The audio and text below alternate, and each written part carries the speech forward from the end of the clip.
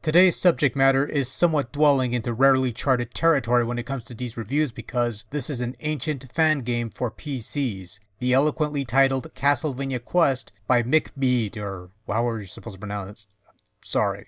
The general premise of the game essentially takes the classic gameplay stylings of the original Castlevania and the like, dresses it up with graphics and sprite works from Simon's Quest, adds in parallax scrolling effects for good measure, and presents the player with 10 levels of increasingly challenging and frustrating Classicvania style gameplay. Good times had by all, I suppose. The version we're looking at here is what I believe to be the most recent version available. It's been a good long while since I last touched this, and I don't know if the author is still working on this.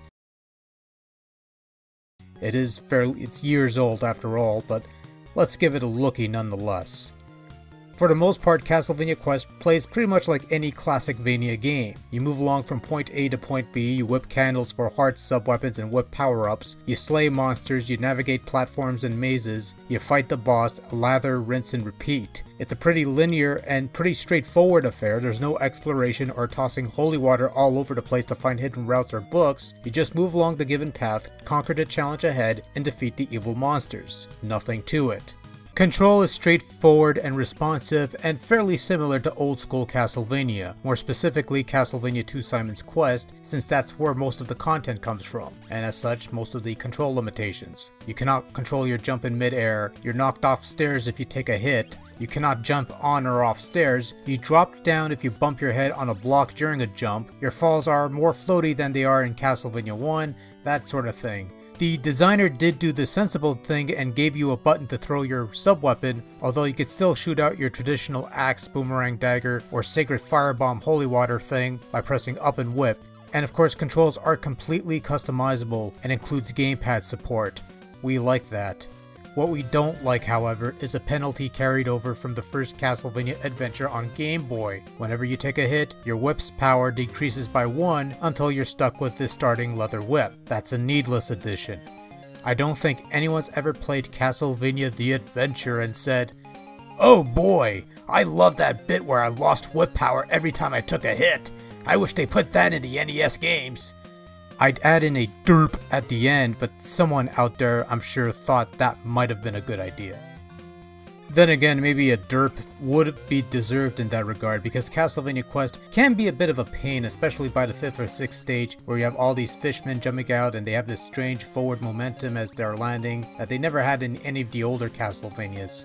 I thought that was a bit weird. Also, being that this is based on Simon's Quest, enemies are mostly similar to how they acted in those games, which means fairly simplistic patterns and movements, although that doesn't make the game any easier. The bosses are also fairly simplistic, although given the rarity of healing items and the aforementioned whip penalty, the challenge level can vary. In terms of graphics, the majority of the ripped sprite work comes courtesy of Castlevania 2 Simon's Quest, with perhaps a couple ripped from a couple other Castlevania games. I mean, really, that's it. It's all recycled sprite work. Koji Igarashi would be proud of this effort in his graphical prowess. Aside from that, however, there's a nice bit of parallax scrolling that does enhance the game visually for the most part, although there are some instances where the parallax scrolling really doesn't work all that well due to missing textures and blank holes in the background. There is an option to turn it off if it bothers you, or if it seems too resource consuming, although I doubt the latter would be an issue these days. Sound is something of a mixed bag. Music comprises several remixed MIDI interpretations of classic Castlevania tunes, as well as some less than classic tunes that I don't quite recognize. The quality of the tunes themselves are so-so at best, and maybe better or worse depending on the hardware you possess, but it's never going to outdo the classics. Sound effects, again, are primarily ripped from the NES Castlevania games. They sound about as well as they did on the NES games, so nothing to complain about there. Overall, for an ancient fan game, Castlevania Quest is a rather serviceable offering that manages to recreate a solid 8-bit Classicvania adventure without reinventing the wheel too much. Mind you, there are moments where the difficulty could be a bit overwhelming, especially in later levels, and it would have been nice if they included something like a password system or a similar save feature to continue your progress rather than start from scratch every single time. But for a freebie, it's not too shabby. If you happen to come across it on a Google search or something, give it a shot.